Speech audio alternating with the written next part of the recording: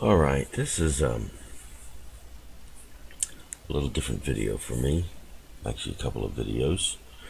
I'm looking and recording a video of a video I made. I'm not actually playing right now. I'm watching and recording and then analyzing here. Particularly, we have a game here with a particular player's BulletSponge Bob. And he put this particular video up on his site, and was, we'd talked a little bit, and I'd seen some of his stuff, and he'd seen some of mine, and wrote about it. Well, we actually happened to meet in the waters of North American Tier 1 play, and this should be early in the morning. I think it's about 4 o'clock. 4:30, 4:40 his time. I guess he's Eastern Standard and I'm Central time. He says there's not a lot of people when he plays, and this is about a battle. Now, when you hear the sound go out like that, that means that I was alt-tabbing. I was probably looking over my opponents and assessing threats and who I should deal with first and watch out for and all of that kind of stuff. So anyway, that's why you'll hear the sound cut out from time to time. And then cut back in is when I come back and focus back on the game again. Anyway, while I'm here, where I'm at right here, he had spawned, frankly, just opposite me over here. He had talked about, maybe rushing in, but not wanting to rush in. His two opponents are up here. But, of course, I don't know any of that right now. I don't know where anybody's at. And sometimes I just like to utter my war cry here. Just to break the ice and and do things like that. And Wabest is an excellent player, but I don't really know much about this Grey Wolf character here. So I was kind of checking out who I was playing with as well as who I was playing against. My standard doctrine, when I find myself in the southern sea on this map, is to head to this island, do just what I'm doing now, and work out, circle around, come around like this, and use the island. But I already saw that 2/3 of their team were up north. Well, that would make sense because they were that kind of grouped together. So that informs me that at best I would have one Black Swan, which a one-on-one is not going to be really a problem. So I come screaming around this corner, whereas usually I'd park here and peek around the corner to assess and see what I've got. Now by this time, Bob is already moved along up here. He's got the island that's hidden him, so I don't know. But I do see that these two guys are very close together and are very likely pressing my guy. In fact, you take a look at his health bar here. They're hardly hurt. He's mostly gone. So rather than me coming around here to cap, I immediately head north to try to assist my guys. I know Wabest can tend to it, but this Grey Wolf I don't know much about. Now, I have last reported position. SpongeBob does, BulletSponge does not. So this gives me, even when I lose track of where one boat is, it locks on my screen where the last reported position of that boat is. So we've lost a teammate already.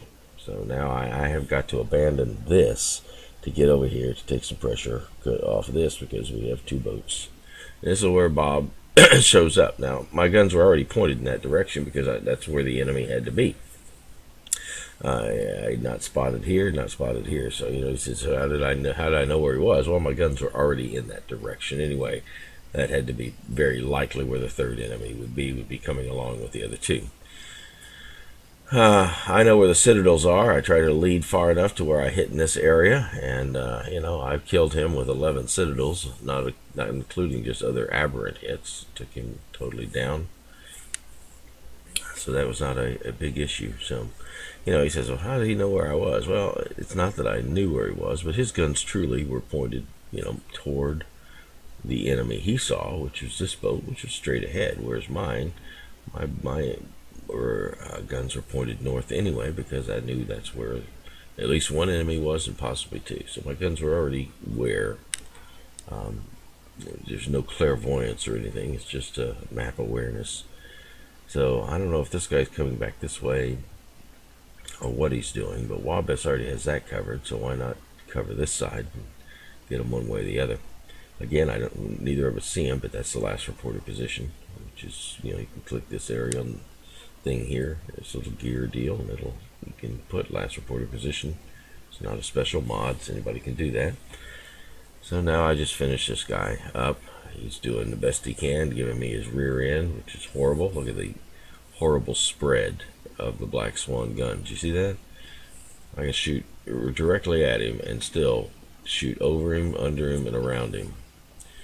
But again, the citadel of a Hermelin is pretty large, so if I can plant my shots right along the water line in that area, I can knock him down. So that's not a not a big deal, and just wanted to kind of explain the battle from this perspective, the other perspective. Now he just has that one battle. What we did was we had a second battle together, the one just after this. I didn't even check my rating with the other ones. We're not going to wait because it's like almost a 4-minute wait. I'm going to just click ahead. And here we are now, and this is the next battle, about 4 minutes later, and I'm loading in here. There we go. Now notice I have a BulletSponge on my team, and you could not imagine why he got a few sits, but you saw how many citadels it took me to take him down. I had, 11 on him, and plus, as he had said in his video, I had gotten the first shot, because my guns are already pointed in that direction, in any case. So anyway, this is a second quick battle. I thought I would just add this to this little video, just to kind of show what he did and what I did, and why I do what I do. I try to let him know that citadels don't mean as much when you're in a Swan. Because citadels are good for a maximum of 550 damage. That's it. So you've got a citadel just to do the same type of damage that the other boats can do, just regular hits. So anyway, just explaining to him, he didn't knock me down very far because his 3-4 sits, which he said 3, but you see on his video, I think he actually got 4 citadels on me, citadel hits. Now again, I utilize islands for cover. I have neither of us, we don't know where these, I do know somewhat. On a 2-on-2, I know that Matchmaker puts one guy here and one guy there in the south, and one guy here and one guy, he groups the north and scatters the south. So I know that, and I saw that he was going this way, so he's going to highlight whoever's here.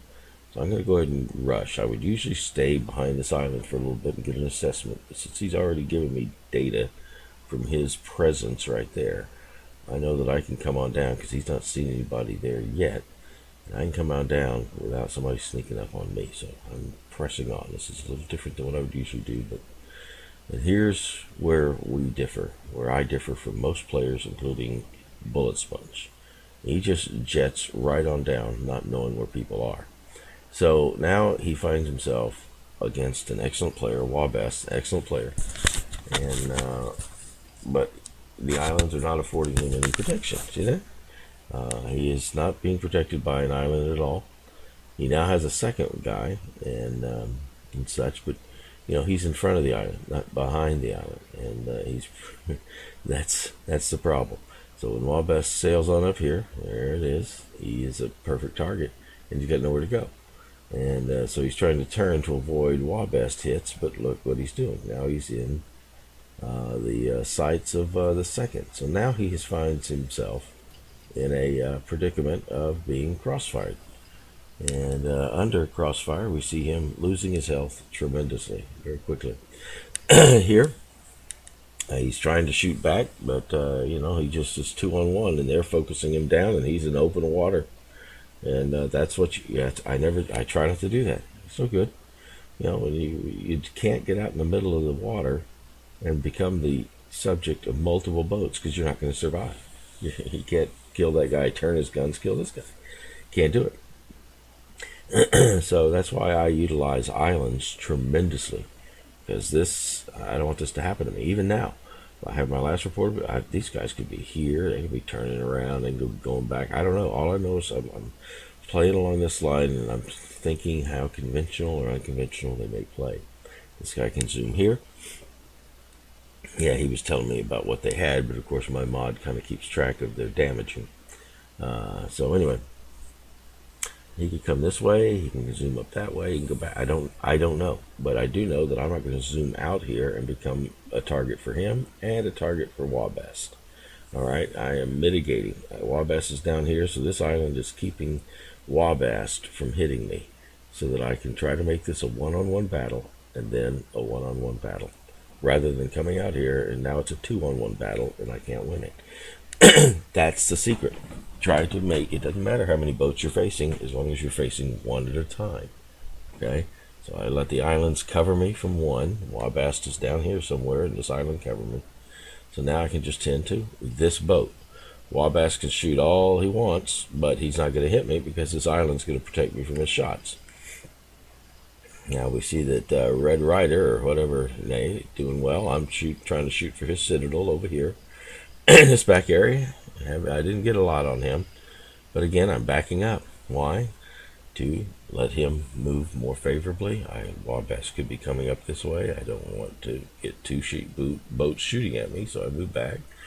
Then I ease up, assuming that he'll sweep through here. He could come straight, but he may well sweep. If he sweeps, I got more broadside time on him. Aha, he did sweep.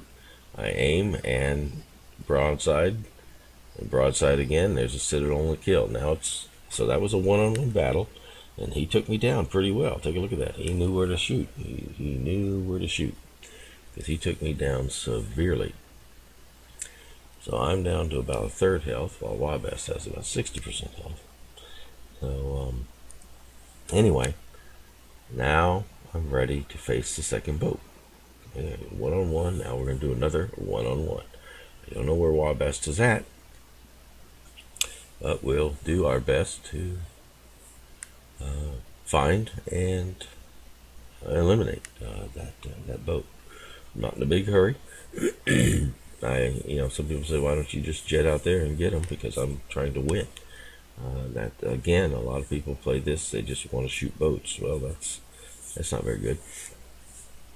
I have had a lot of teammates that just want to shoot boats. So they go out, they shoot boats, they die, they do little damage, and we lose. And we lost because the teammate just wanted to shoot boats. Where you're in a match to win.